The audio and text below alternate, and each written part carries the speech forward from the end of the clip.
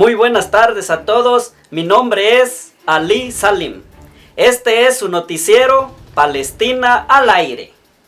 Muy buenas tardes y buenas tardes, repito una vez más. Mi nombre es Alam Salam. Les damos la cordial bienvenida para que nos acompañe esta información más reciente de Palestina al aire y del mundo entero. Vamos a los hechos, lo que está ocurriendo en estos momentos, donde se dice que un hombre irrumpió en el templo de Jerusalén y causó gran alboroto en uno de los patios del templo. Vamos a enlazarnos con nuestro compañero Uriel Gelelén. Adelante, Uriel.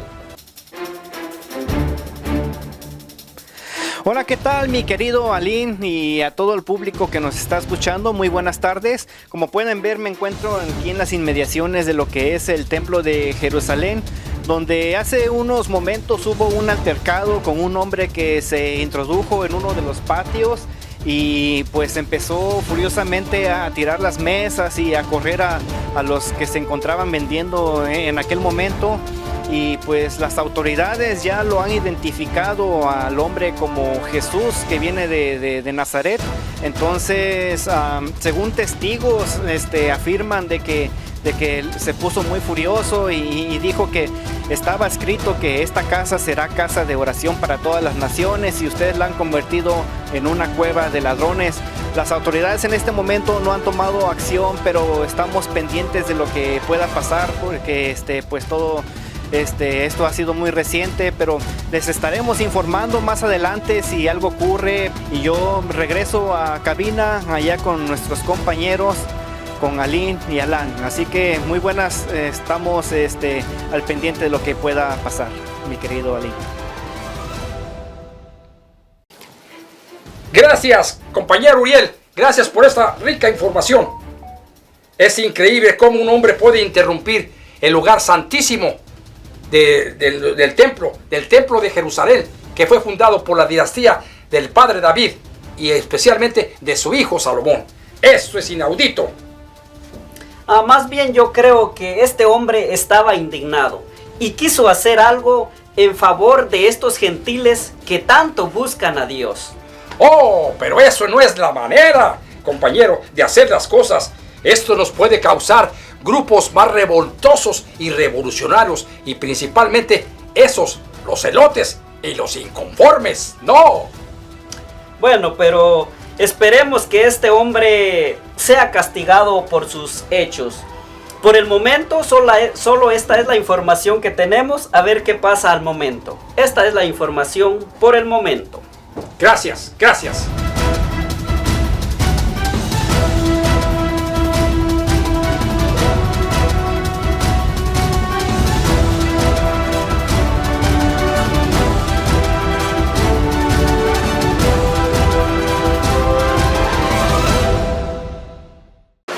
Muy buenas. Buenas tardes. Buenas tardes, noches donde nos estén escuchando. Vamos a comenzar con esto que no estamos comenzando, estamos terminando la serie más bien de Jesús, este mensaje inaguantable que nos trajo, ¿verdad? Que trajo a los líderes de la iglesia, que pues tuvo conflictos precisamente por este mensaje. Así que vamos a seguir con este tema que les hablábamos la semana pasada, acerca de los clasismos que hay dentro de la iglesia y dentro de muchos grupos sociales. Así que si nos vamos a los tiempos de Palestina en primer siglo, donde ya estaba definido quiénes eran los de la clase alta y quiénes eran los que no tenían derechos o los que estaban marginados. Entonces, donde precisamente aparece Jesús, este hombre que se volvió inaguantable. Wow. Porque por decir que las buenas nuevas, anunciando las buenas nuevas, cuando todos estaban esperando que de alguna manera se convirtiera el pueblo para que llegaran esas buenas nuevas. Entonces Jerusalén, en el templo de Jerusalén es cuando llega Jesús y entra en conflicto con los líderes de la iglesia. Entonces bien, ahora todos los que conocen o conocemos un poquito acerca de la historia de Jesús, todos podemos recordar que en algún momento cuando él llega al templo se enoja y empieza a botar las mesas y se molesta entonces la pregunta es, ¿por qué se molesta?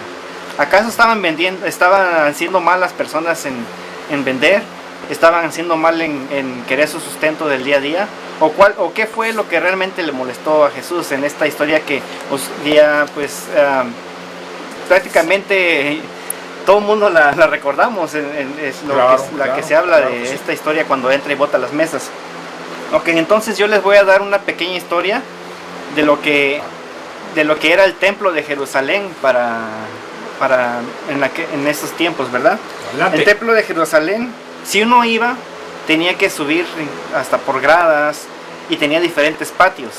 Entonces, un patio estaba dedicado especialmente para los gentiles.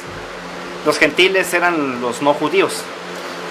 Entonces había otro patio donde solamente se quedaban las mujeres, y otro patio donde nada más llegaban los hombres, y había otro patio donde solamente podían accesar los sacerdotes levitas, luego otro patio los que levitaban, y luego otro patio donde era exclusivamente y solamente una vez al año podía entrar el sumo sacerdote. Yo creo que por eso le decían sumo sacerdote, porque a lo sumo una vez al año podía entrar. Claro, sí, lugar. La tradición. Entonces, así que arquitectónicamente estaba diseñado este templo como que este Dios santo era tan santo que en el camino iba como que quitando o eliminando poco a poco a los que podían llegar más adelante, ¿verdad? Así como que ustedes llegan hasta acá, ustedes llegan hasta aquí y ustedes no pasan de acá hasta llegar a donde solamente aquel que tuviera las credenciales necesarias o que pudiera demostrar que era lo suficientemente santo para estar en ese lugar, podía estar ahí. Entonces, bueno, regresando a lo ocurrido. En el primer patio, el de los gentiles, se decía que los gentiles estaba dedicado a eso en honor a una promesa de Isaías en el capítulo 56:7, que dice: mi casa será casa de oración para todos los pueblos. Amén. Entonces, pero cuando Jesús llegó y vio que ese templo que se suponía que estaba dedicado para los gentiles, se encontró que estaba aglutinado de negocios. O sea, la palabra dice que habían vendedores de palomitas, que habían vendedores de animales para el sacrificio, habían cambios de monedas. Entonces, hasta en la esquina tenían un 7-Eleven ahí. No, Tostilocos. Imagínate. Entonces, para los que ahí están en México y no saben qué es un 7-Eleven, es como un Oxxo. Un Oxxo. Entonces Jesús se enojó porque de alguna manera ese gesto de meter ahí el comercio ahí es como decirle a los gentiles que ustedes no importan nada. Es como más o menos como que la religión daba a entender que estaba nada más al servicio exclusivo de los suyos. No, y sí estaba al servicio, fíjate, porque sabías como que todo lo que vendían ellos supuestamente era santo. Y si tú no comprabas un borreguito o una palomita o un ternero para hacer el sacrificio a Dios, no estaba bendito, tenías que comprárselo a ellos. Ese era el sistema. Así es, y por eso fue que se enojó, porque no vio ningún gentil más que este comercio, este mercado que estaba ahí, que estaba dirigido por los líderes de la iglesia que eran los que movían todo esto. Entonces, no sé si recuerden ustedes un cuadro que pintó Vincent Van Gogh de una iglesia, la iglesia de Auvers. Este es un cuadro que pintó semanas antes de quitarse la vida. Una iglesia que pintó desde atrás, con las puertas cerradas porque no pintó las puertas. Oh my God. Entonces, él siendo creyente en las primeras filas de la fe, yo creo que él siente que la iglesia está cerrada, que la espiritualidad cerró sus puertas. Oh. Y Jesús, yo creo que también siente eso mismo.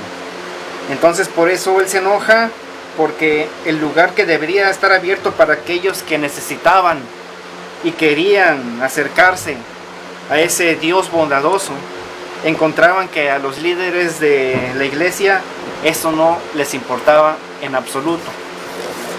Entonces, pues ya ustedes saben la historia, se las voy a spoilear un poquito. Caifás se pone de acuerdo con Pilato para condenar a Jesús y llevarlo a la muerte.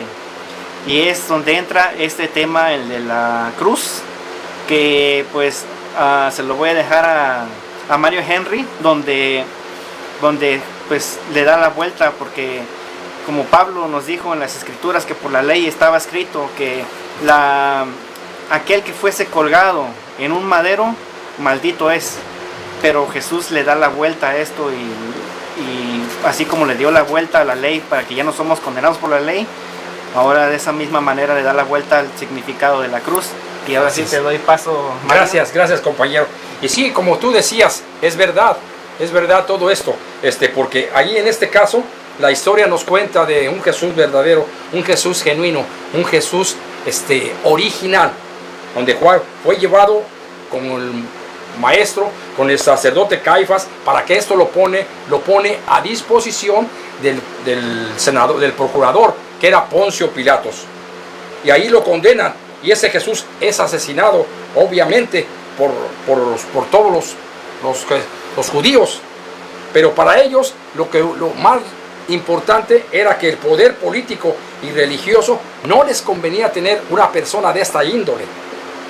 Un Jesús moviendo el gallinero dentro de las áreas de Jerusalén, dentro de Palestina, de todos los judíos, llevarlos siempre al amor que Él siempre nos ha dado.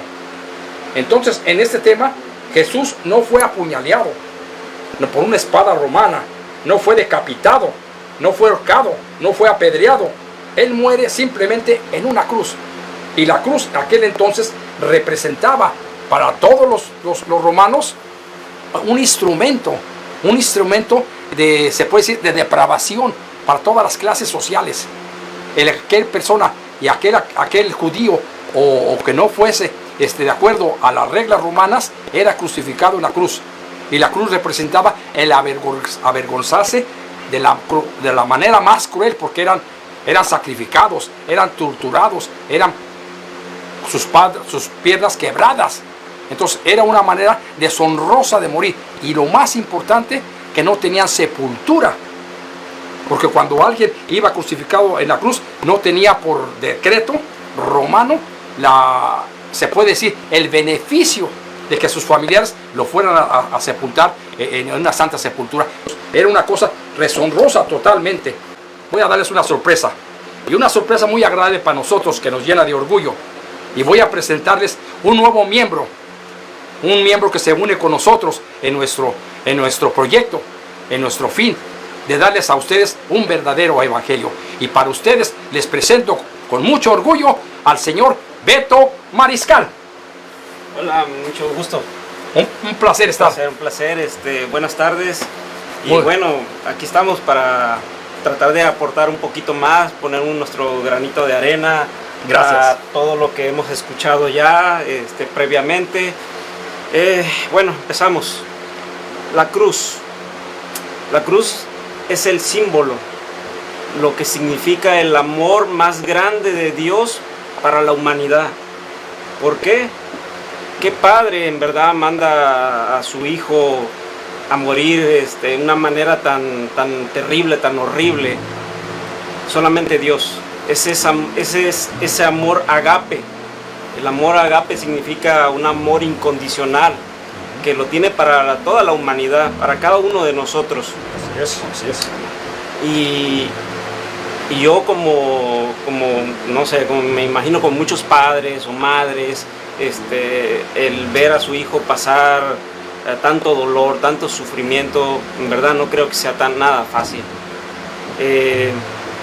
Recuerdo en la Biblia que viene un pasaje donde dice que el pueblo de Israel, estando en el desierto, después de salir de Egipto, tenían sed. Empezaron a caminar y no encontraban agua, y de repente se empezaron a quejar: oye, pues no tenemos agua.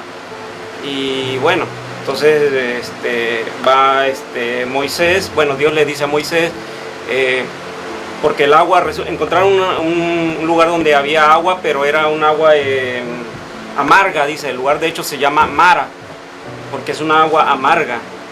Entonces Dios le dice a Moisés: ¿sabes qué? Tira este árbol al agua, y cuando cae al agua, el agua se endulza y neutraliza todo ese mal sabor.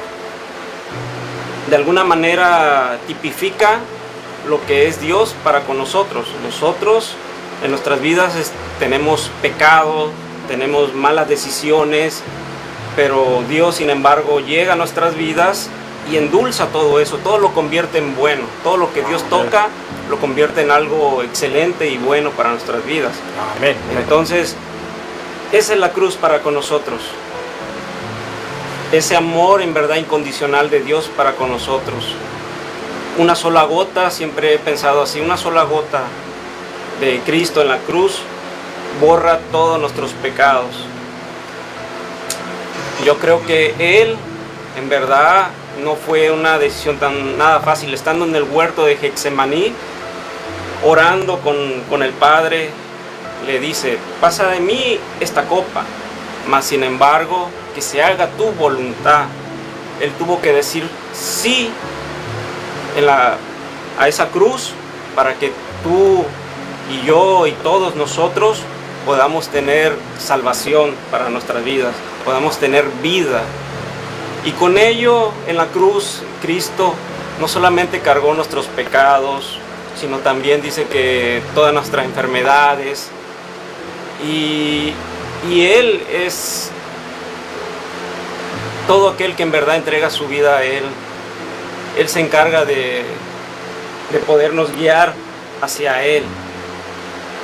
Dice, de tal manera, porque de tal manera Dios amó al mundo, que entregó a su único Hijo, dice, a morir en la cruz, para que todo aquel que en Él crea, dice, no se pierda, mas tenga vida eterna. Amén, amén. Amén. Gracias, gracias, mi hermano. Un placer, un gusto escuchar tus palabras. Gracias. Que vi la luz de Jesús. Así es. En nosotros, no la luz de nosotros, la luz de Jesús. Gracias, un placer enorme, muy bonita reflexión. Y con ustedes, los dejamos a ustedes aquí en el programa Palestina al aire. No se olviden de sintonizar Palestina al aire. Su servidor se despide de usted. Alam Salam. Y un saludo muy caluroso que les voy a decir. Aleko Salam.